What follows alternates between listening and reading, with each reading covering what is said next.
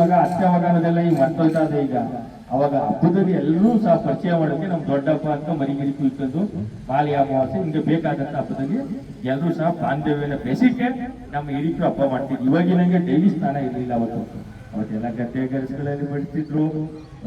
ಹಬ್ಬ ಹರಿದಿನಗಳಲ್ಲಿ ಸ್ನಾನ ಮಾಡ್ತಿದ್ದಂತ ಕಳೆದು ಊಟ ಉಪಚಾರಗಳು ಸಹ ಹಿಂಗಿರ್ತಿದ್ದು. ಇವತ್ತಿನ ಊಟ ಉಪಚಾರ ಅವತ್ತು ಹಬ್ಬ ಅದು ಈ ರೀತಿ ಇರ್ತಿರ್ತಕ್ಕಂಥದ್ದು. ಒಂದೇನೋ ಸಿಂಪಲ್ ಆಗಿ ಒಂದು ಇಡ್ಲಿ ಮಾಡ್ತೀವಿ ಅದು ಯುಗಾದಿ ಹಬ್ಬನೇ ಕಾಯ್ಬೇಕಾಗಿತ್ತು. ಆದ್ರೆ ಇವತ್ತು ಡೈಲಿ ಇಡ್ಲಿ ಸಿಗುತ್ತೆ, ಏನ್ ಬೇಕು ಅದು ಸಿಗುತ್ತೆ. ಅದೇ ರೀತಿ ನಮ್ಮ ಗ್ರಾಮೀಣ ಪ್ರದೇಶದ ಹಬ್ಬಗಳು, ಪಟ್ಟದಮ್ಮ ಹಬ್ಬ ಇದೆ. ಅದೇ ರೀತಿ ದೀಪಾವಳಿಯ ಸಾತ್ಯನ ಮಾಡ್ತೀವಿ. ಅದೇ ರೀತಿ 3 ವರ್ಷಕ್ಕೊಂದಪ್ಪ, ಈಗ 2ನೇ ಬಾರಿ ಹಬ್ಬ ಆಯ್ತು ಗುರುವಾರಮ್ಮನ ಹಬ್ಬ.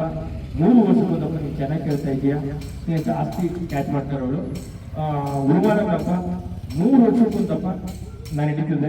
ಈಗಾಗಲೇ 2 ಹಬ್ಬವನ್ನ ನೋಡಿದ್ದೀವಿ. ಇನ್ನೊಂದು ಹಬ್ಬ 3 ವರ್ಷ ನೆಕ್ಸ್ಟ್ ವರ್ಷಕ್ಕೆ ಬರ್ತದೆ. ಆ ಹಬ್ಬವನ್ನು ಮಾಡ್ಬೋದು. ಈ ಹಬ್ಬದ ವಿಶೇಷತೆ ಏನಪ್ಪಾ ಅಂದ್ರೆ ಉರುಮಾರಮ್ಮನ ಹಬ್ಬ ಅಲ್ಲಿದೆ. ಆದ್ರೆ ಈ ಹಬ್ಬದ ವಿಶೇಷತೆ ಫಸ್ಟ್ ತಿಳ್ಕೋಬೇಕು.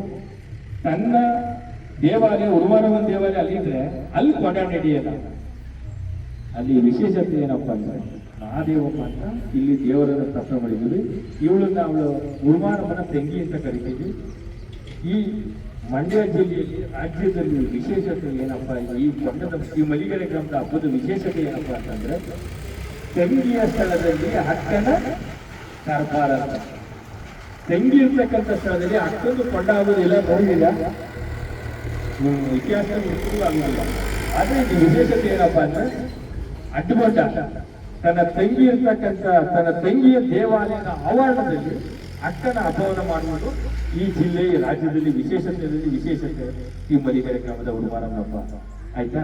ಈ ಮಹಾದೇವಮ್ಮ ಈ ಮುಂದಗಡೆ ಇರ್ತಕ್ಕಂಥದ್ದು ನಾವು ಕೊಂಡವನ್ನ ಮುಚ್ಚಿದೀವಿ.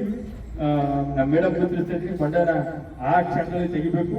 ಅದಕ್ಕೆ ವಟಾರಗಳು ಇರ್ತವೆ, ಸೌದೆ ಕಡೆಯವರು ಅಂತ ಇರ್ತಾರೆ. ಹಿಂಗೆ ಹಲವಾರು ವಿಭಾಗಗಳನ್ನ ಒಂದೊಂದು ತಂಡ ಒಂದೊಂದು ವಟಾರ ಕ್ಷೇತ್ರ ಅವರು ಮಾಡಿರ್ತಾರೆ. ಏನಪ್ಪ ಉರುಮಾರಮ್ಮನ ಹಬ್ಬ ಅಂತ ವಿಶೇಷತೆ ಏನಾದ್ರೆ